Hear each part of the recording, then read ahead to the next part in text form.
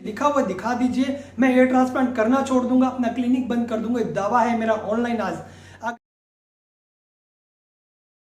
दोस्तों, जब भी आप हेयर ट्रांसप्लांट करवाने की सोचते हो तो सबसे पहले एक सवाल आपके मन में आता है, वो है साइड इफेक्ट की। इससे क्या साइड इफेक्ट होगा? आखिर सिर की सर्जरी होती है तो कहीं ब्रेन को, आंखों को, नाक को, कान को या फिर बॉडी की किसी अदर पार्ट को कोई साइड इफेक्ट तो नहीं करता? आपकी फैमिली का भी ये कंसर्न रहता है कि साइड इफेक्ट तो नहीं है कहीं। तो आज की वीडियो उन लोगों के लिए है जो हेयर ट्रांसप्लांट के साइड इफेक्ट के कारण डरते हैं या उनमें गलत अफवाहें फैली होती है। तो वीडियो पूरी जरूर देखिए, क्योंकि ये वीडियो देखने के बाद काफी डाउट्स आपके मन से क्लियर हो जाएंगे। ऐसे सवालों के जवाब जो आप इधर उधर से ढूंढना चाहते हो, जिन सवालों के जवाब आपको मिलते नहीं है, उन सभी सवालों के जवाब आपको इस वीडियो में मिल जाएंगे। तो चलिए फिर बिना किसी देरी की वीडियो शुरू करते हैं।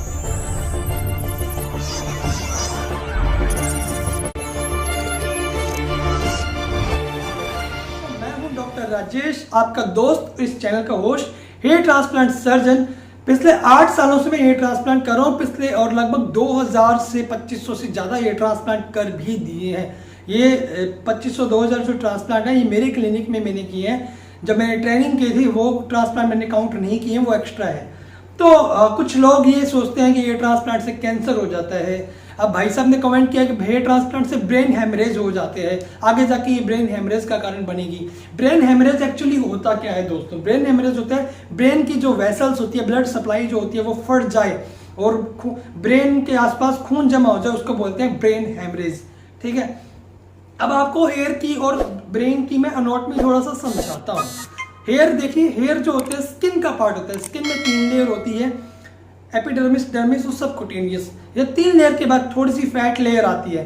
फैट लेयर आने के बाद दोस्तों स्कल आता है। स्कल बहुत भारी एक हड्डियों का बना हुआ ढांचा होता है जिसके अंदर हमारा ब्रेन रहता है। स्कल के अंदर, स्कल बहुत मोटा होता है, बॉडी में सबसे मजबूत जो हड्डी होती है यही होती है स्कल। इसके अंदर फिर लिक्विड आता है, थोड़ा सा लिक्विड आने के बाद ब्रेन की 3 मेम्ब्रेन आती है। 3 मेम्ब्रेन के बाद ब्रेन आता है। इतना गहरा होता है ब्रेन, उसको इतनी सारी प्रोटेक्शन होती है। पहले 3 मेम्ब्रेन होती है, ब्रेन की ऊपर की मेम्ब्रेन आती है, देन उसके बाद स्पेस आता है, फिर थोड़ा सा फ्लूइड आता है, उसके बाद स्कल आता है, स्कल के बाद फैट आता है, फैट के बाद सबक्यूटेनियस लेयर आती है, सबक्यूटेनियस लेयर के बाद आती है डर्मिस, फिर एपिडर्मिस। और हम जो है डर्मिस एपिडर्मिस में काम करते हैं। हेयर जो होता है डर्मिस एपिडर्मिस का ही पार्ट होता है। अगर हेयर का ब्रेन से या सिर से कोई रिलेशन होता तो हेयर ट्रांसप्लांट जो होते हैं ना, न्यूरोसर्जन करते, दिमाग के डॉक्टर करते, स्किन के डॉक्टर नहीं करते, डर्मेटोलॉजिस्ट नहीं करते। ये सोचने वाली बात है। तो यार बिल्कुल भी ये बहुत ही गलत अफवाह है। हम बाल से ब्रेन हेमरेज कैसे हो जाएगा? अपर पार्ट में हम कर रहे हैं, और बालों में ब्लड सप्लाई कोई वेन नहीं करती है।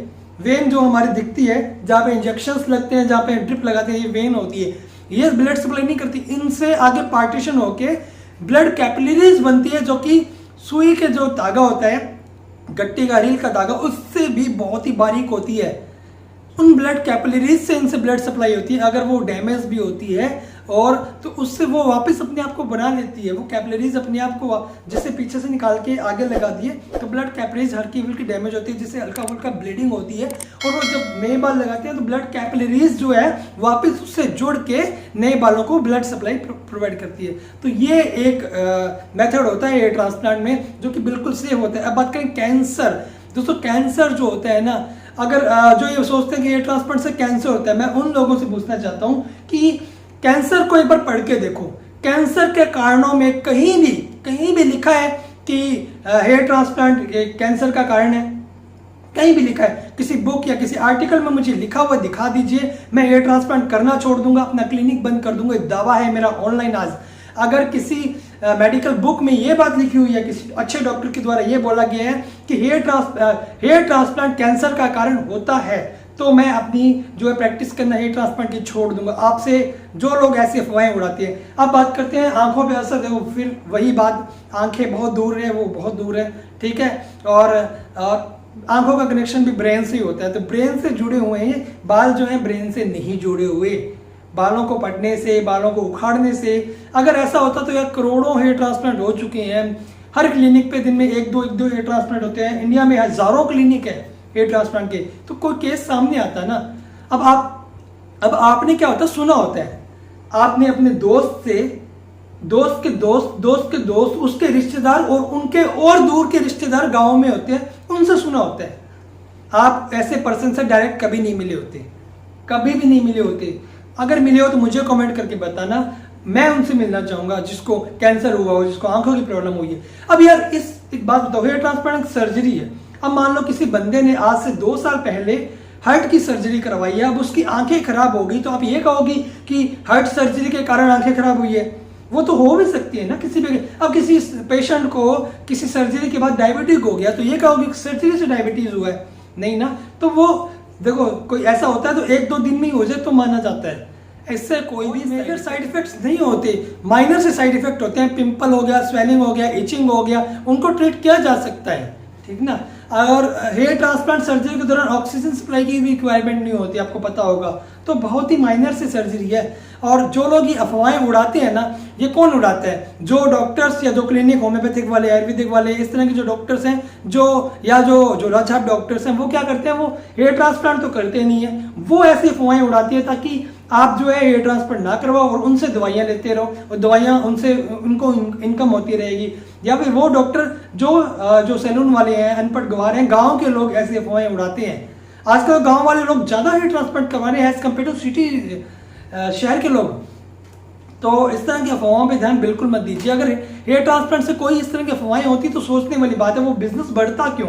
दिनों दिन आपको पता है 45% की रफ्तार से बढ़ रहा है बिजनेस हेयर ट्रांसप्लांट का। ऐसा कोई मेडिकल वाला ट्रीटमेंट नहीं है कोई भी जो इतनी तेज रफ्तार से बढ़ रहा है। आज के टाइम में हेयर ट्रांसप्लांट सबसे ग्रोइंग बिजनेस है। तो क्यों इतना ग्रोइंग है? अगर इतने साइड इफेक्ट्स होते तो गवर्नमेंट खुद बैन कर देती ना, एमसीए खुद बैन कर देती, WHO खुद ये बात अनाउंस करती। तो यार इस तरह की अफवाहें प्लीज मत उड़ाया करो, और अगर डरते हो तो अपने डॉक्टर से कंसल्ट करो। बालों के जो हेयर ट्रांसप्लांट सर्जन है, डर्मेटोलॉजिस्ट है, उनसे कंसल्ट करो। और आपने अगर सुना होता है ना कि उससे ये हो गया, ट्रांसप्लांट के बाद ये हो गया, वो हो गया, तो प्लीज एक बार उस जाके पर्सनली मिलो, पर्सनली उसका एक्सपीरियंस पूछो कि ये ट्रांसप्लांट के क्या 1 दिन, ये 2 दिन बाद ये ऐसा हुआ था, या बहुत ज्यादा दिन बाद ऐसा हुआ। उम्मीद करता हूँ ये वीडियो आपको काफी इंफॉर्मेटिव लगी हो, और जो लोग ऐसा हेयर ट्रांसप्लांट के प्रति ऐसा डरते हैं, अफवाहें फैलाती है, उनको वीडियो जरूर पहुंचाएं। और आपने हेयर ट्रांसप्लांट के बारे में क्या अफवाह सुनी हुई है वो मुझे कमेंट में बताएं। और आपने आपकी फैमिली या फिर जो भी इधर उधर से सुना हुआ वो भी मुझे कमेंट में बताएं। मैं डॉक्टर राजेश मिलूंगा नई वीडियो में, नई topic. Keep loving, keep watching, love you.